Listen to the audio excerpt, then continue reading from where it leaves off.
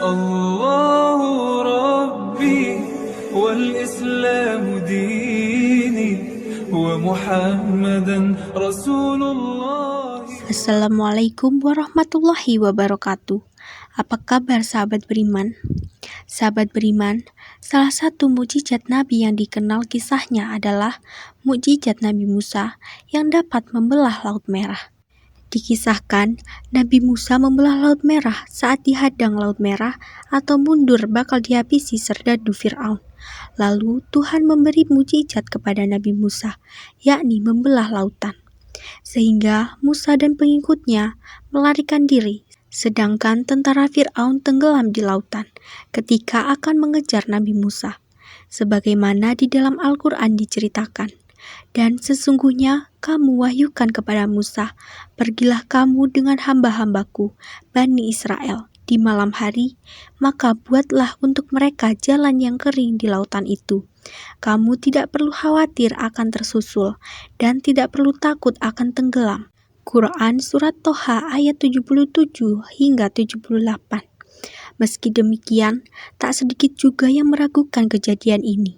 Namun kenyataannya terdapat bukti-bukti ilmiah bahwa Nabi Musa pernah membelah Laut Merah. Berikut ulasannya dalam sajian Islam populer. Namun sebelum lanjut, mari bersama tebar syiar Islam dengan klik tombol subscribe, like, dan share untuk berbagi informasi bermanfaat. Amin ya rabbal alamin. Bangkai roda kereta. Bukti ilmiah pertama jikalau Nabi Musa pernah membelah Laut Merah dengan ditemukannya beberapa bangkai roda kereta tempur. Bangkai-bangkai roda kereta tempur ini ditemukan di penghujung 1988 silam. Masya Allah, seorang arkeolog bernama Ron Wyatt mengatakan bahwa dirinya telah menemukan beberapa bangkai roda kereta tempur kuno di dasar Laut Merah. Menurut Ron Wyatt, temuan roda-roda tersebut adalah bangkai kereta tempur Fir'aun, seperti yang dikisahkan tenggelam di laut tersebut saat digunakan untuk mengejar Musa bersama para pengikutnya. Juga beberapa di antara kereta yang ditemukan terdapat sebuah roda dengan 4 buah jeruji yang terbuat dari emas. Diduga seperti inilah sisa dari roda kereta kuda yang ditunggangi oleh para raja. Bangkai manusia. Selain bangkai roda kereta tempur, bukti ilmiah lainnya jikalau Nabi Musa pernah membelah Laut Merah adalah ditemukannya bangkai manusia. Juga ini ditemukan arkeolog Ron Wyatt. Menurut pengakuan Ron Wyatt, selain menemukan beberapa bangkai roda kereta tempur, Ron Wyatt bersama timnya juga menemukan beberapa tulang manusia dan tulang-tulang manusia dan kuda. Ia ditemukan di tempat yang sama. Temuan-temuan ini semakin memperkuat hipotesis jika sisa-sisa tulang belulang itu adalah bagian dari kerangka bala tentara Fir'aun yang tenggelam di Laut Merah. Lalu hasil temuan tulang-tulang ini pun diuji di Stockholm University. Menyejutkannya, memang benar adanya bahwa struktur dan kandungan beberapa tulang telah berusia sekitar 3.500 tahun silam. Dan menurut sejarah, kejadian pengejaran itu terjadi dalam kurun waktu yang sama, yaitu sekitar 3.500-an tahun yang lalu. Hoax roda tertutup. Dan ingatlah ketika kami belah laut untukmu, dan kami tenggelamkan Fir'aun dan pengikut-pengikutnya, sedang kamu sendiri menyaksikannya. Quran Surat Al-Baqarah ayat 50. Dikisahkan pada saat Musa dikejar Fir'aun, Allah Subhanahu wa Ta'ala memberi mukjizat kepada Nabi Musa, yakni membelah lautan untuk dilewati bersama kaumnya. Sedang Fir'aun bersama pengikutnya ditenggelamkan bersama kereta mereka dan kuda-kudanya. Salah satu hal yang menarik dari penemuan roda kereta ini adalah poros roda dari salah satu kereta kuda, yakni keseluruhannya telah tertutup oleh batu karang. Alhasil, untuk melihat bentuk aslinya sangat sulit untuk secara jelas. Hal ini pun dipercaya bahwa poros roda tersebut dilindungi oleh Tuhan agar di masa kini dan masa depan dapat dipercaya. Wallahu a'lam. Penemuan para ilmuwan. Sahabat beriman, terbelahnya Laut Merah ini tidak hanya diceritakan di kisah Nabi. juga dapat dihubungkan dengan penemuan para ilmuwan. Namun, adanya para ilmuwan tidak meyakini hal itu sebagai mukjizat, melainkan sebagai fenomena alam. Hal ini ditemukan ilmuwan dari National Center for Atmospheric Research di Colorado, Amerika Serikat. Sebagaimana ditulis Daily Mail, Rabu 22 September 2010. Air laut yang tersibak itu terjadi akibat gerakan angin. Sebuah simulasi komputer dilakukan oleh para ahli tersebut dan dilakukan bahwa angin timur yang berhembus dengan sangat kuat selama 12 jam.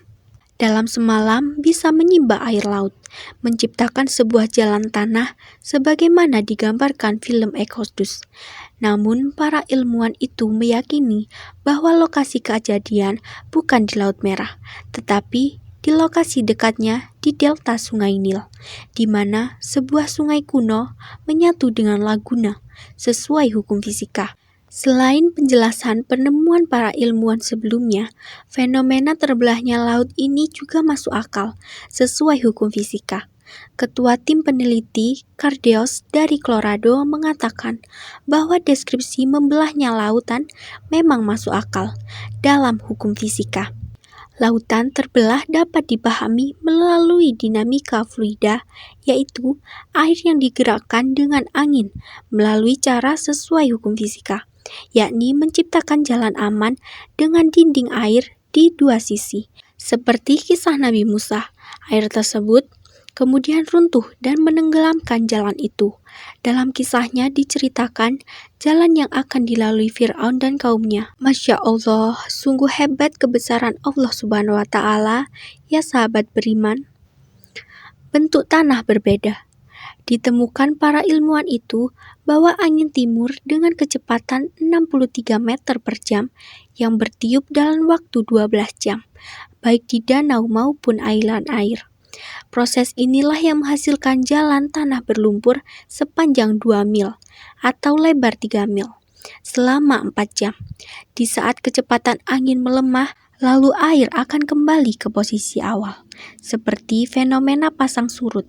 Para ahli menguraikan dalam jurnal Public Library of Science 1 bahwa siapapun yang terdampar dalam lumpur itu sesudah angin melemah akan beresiko tenggelam.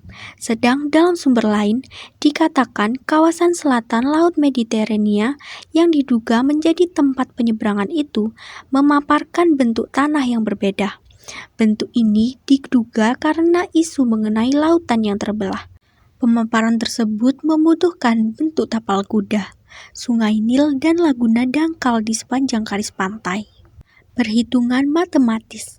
Sahabat beriman, tak hanya sesuai dengan hukum fisika, fenomena laut terbelah ini diuji dengan menggunakan persamaan diferensial matematika. Adalah dua peneliti Rusia yang membuat pemodelan tentang kondisi ketika gelombang laut terpisah. Peneliti ini bernama Neumann Polsinga dan Alek Androsov membuat permodelan berdasarkan keterangan-keterangan di kitab Old Testament. Dan Torak pula termasuk keterangan bahwa pada saat itu terdapat gugusan karang yang jaraknya dekat dengan permukaan laut. Menggunakan permodelan hidrodinamik, mereka mengandalkan simulasi mengenai beberapa kecepatan angin dan kekuatan badai yang dibutuhkan agar gugusan karang tersebut kering. Juga tak lupa mereka mensimulasi berapa lama gugusan karang tersebut akan kering dan kapan air laut akan kembali menutupinya. Hasil yang mereka dapatkan, jika angin timur bertiup sepanjang malam dengan kecepatan 30 meter per detik, maka gugusan karang tersebut akan kering. Sedangkan untuk menyeberangi 7 km gugusan karang, kaum Israel yang sebanyak 600.000 orang membutuhkan waktu sekitar 4 jam. Dan setelah itu air laut kembali menutupi gugusan karang setelah 4-5 jam. Jadi bisa diartikan bahwa selama 4-5 jam gugusan karang masih kering. Penelitian dua orang ini telah dipublikasikan di Debut Latin of the Russian Academy of Sciences 2002. Itu dia beberapa bukti ilmiah Nabi Musa pernah membelah lautan. Sungguh Allah Maha benar dengan segala firman-Nya. Menurut sahabat beriman, bukti manakah yang paling menarik? Komen di bawah ya. Dan jangan lupa komen, like, subscribe, dan share video ini ke sahabat-sahabat beriman yang lain, agar bersama kita berbagi pengetahuan dan kebaikan. Amin ya robbal alamin. Wassalamualaikum warahmatullahi wabarakatuh.